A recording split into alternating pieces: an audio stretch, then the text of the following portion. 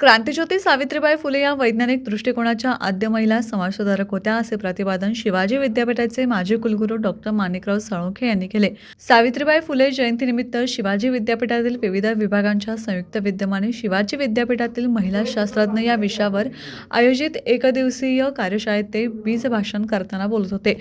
कार्यक्रमाच्या अध्यक्षस्थानी प्रभारी कुलगुरू डॉक्टर ज्योती जाधव होत्या. डॉक्टर साळुंखे म्हणाले, सावित्रीबाई फुले या बुद्धिवादी व बुद्धिप्रामाण्यवादी विचारवंत होत्या. त्यांच्या कार्यामुळेच आज महिलांमध्ये आत्माभिमान जागृत झाला आहे. कृत्रिम बुद्धिमत्ता शिक्षण क्षेत्रात आव्हाने निर्माण करत असली तरी मानवी प्रज्ञेला पर्याय ठरू शकत नाही. विद्यार्थ्यांना काय विचार करावा यापेक्षा कसा विचार करावा हे शिकवणे काळाची गरज आहे, असं त्यांनी नमूद केलं. महिलांच्या जागतिक योगदानाचा उल्लेख करताना त्यांनी मेरी क्युरी, कमला सोहोनी आणि डॉक्टर कृष्णाबाई केळवकर यांची उदाहरणे दिली. अध्यक्ष मनोगतात डॉक्टर ज्योती जाधव यांनी सावित्रीबाई फुले या शिक्षिका, कवयित्री, शास्त्रज्ञ आणि समाजसेविका होत्या, असं सांगितले. आज शिक्षण क्षेत्रात मुलींची संख्या अधिक असतानाही राष्ट्रीय उत्पन्नातील महिलांचा वाटा केवळ 17% का आहे, याचा गांभीर्याने विचार होणे गरजेचं असल्याचं त्यांनी नमूद केलं. कार्यक्रमात विद्यापीठातील आघाडीच्या महिला संशोधकांचा गौरव करण्यात आला.